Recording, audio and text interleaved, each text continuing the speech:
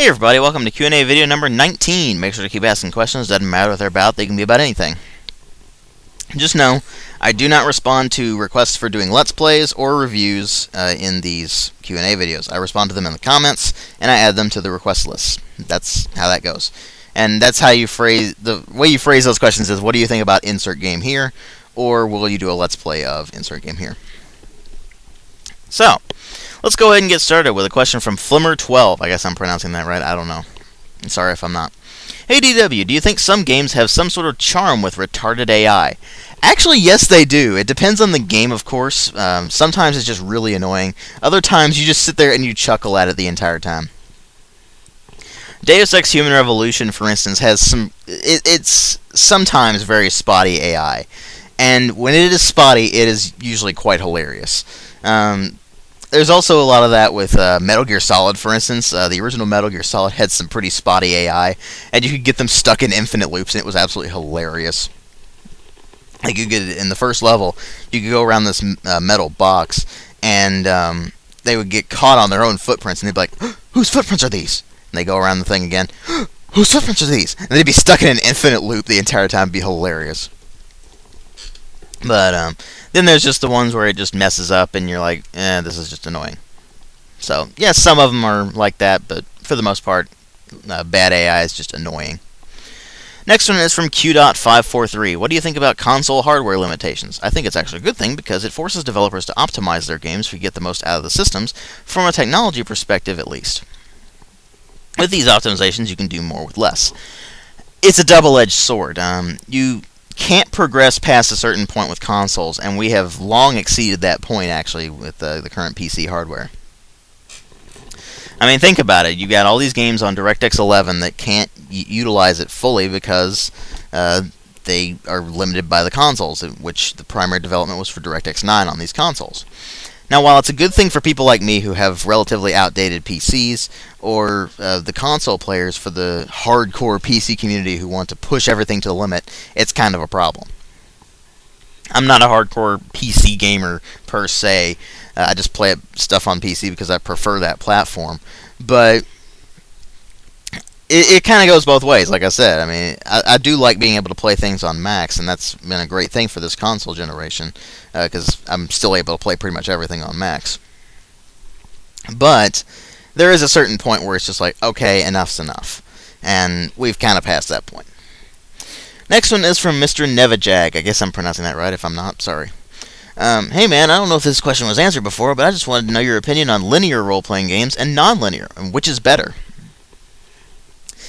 There's another double-edged sword.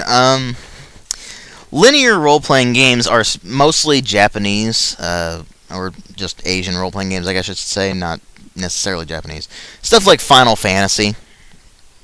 That's all very linear.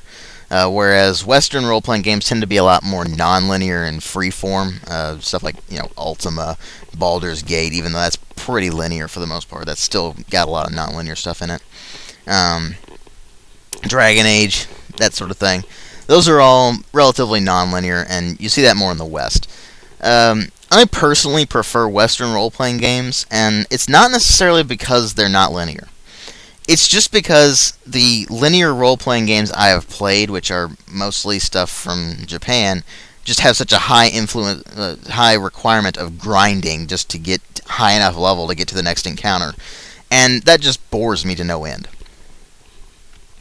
If it's not about that, then we can think of stuff like, say, roguelikes, for instance. Those are pretty linear. Depending on the game, it's pretty good. For instance, Dungeons of Dredmor I really liked. But for the most part, I just don't play a lot of non-linear, sorry. I don't play a lot of linear role-playing games, just because a lot of them are Japanese, and a lot of them have a lot of grinding in them. That's just the way that goes. It's not whether one is better than the other. It's just that I happen to play more of the non-linear Western role-playing games than I do the linear Japanese ones. And there are some Western role-playing games that are linear too, like Cthulhu Saves the World, for instance. But I just don't play a lot of them. It's not necessarily one's better than the other. Next two actually, are from Castlevania Crazy 5. First one is, are you interested in any PS3 exclusives? One of them. Actually, two, sorry. First one is Metal Gear Solid 4. because I've always liked Metal Gear Solid, and it's always been kind of annoying that they've been PlayStation exclusives. That includes Metal Gear Solid 3, by the way. That's coming out on Xbox 360s, I think soon, if it hasn't already. So I'll be grabbing that when I can. But anyway. And the other one is Demon's Souls. I'm hoping they re-release that sometime soon, maybe on Xbox, maybe on PC. We'll see. But hopefully that gets a re-release that's outside PlayStation 3. But that's really the only two exclusives that I'm actually interested in. And don't ask me about Uncharted, because to be honest with you, I have no interest in Uncharted. It just doesn't look very fun to me. Not necessarily that it's a bad game, it just doesn't look that way from what I've seen of it. And the second question from Castlevania Crazy 5 is, what's your opinion on rank systems in online shooters?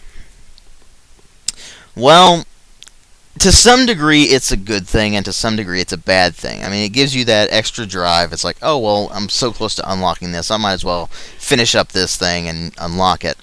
But at the same time, it's just become a gimmick. And they rely more on the kind of addiction tactic than anything else to actually keep you playing it. And it's like, okay, well, I want to unlock the next thing. I want to unlock the next thing. It's not so much a matter of enjoying the gameplay anymore as it is unlocking the next thing and not being underpowered compared to everybody else who has unlocked that next thing. And so if you do it right, if you're doing it to where everything is balanced and to the point where none of the weapons that you're unlocking, or for instance, are more powerful than the others intrinsically. That happened a lot in Call of Duty games, for instance. If you're not pulling that problem, then it's usually fine. If you're just unlocking cosmetic things or access to more stuff that's not necessarily better but just different, then that's usually a good thing. But then there's the systems where it gimps you because you just aren't a high enough rank, or you haven't earned enough experience points to unlock it. And I ran into that problem big time with Call of Duty and Tribes Ascend. Tribes Ascend has a nasty unlock system. And it's not relative to rank, it's just relative to how much experience you get. And so you see all sorts of problems with that. But it's, like I said, it's kind of a double-edged sword. It can go either really well or really nasty. And right now, we have most of the stuff falling kind of in the middle and to the side of the nasty part. So there may be something that comes along sometime that actually pulls it off very, very well. I mean, Call of Duty 4 did it really well, to be honest with you. But they seem to kind of have lost it since then. Anyway, that's all for Q&A video number 19. Make sure you keep asking questions, and I will catch you guys in later videos.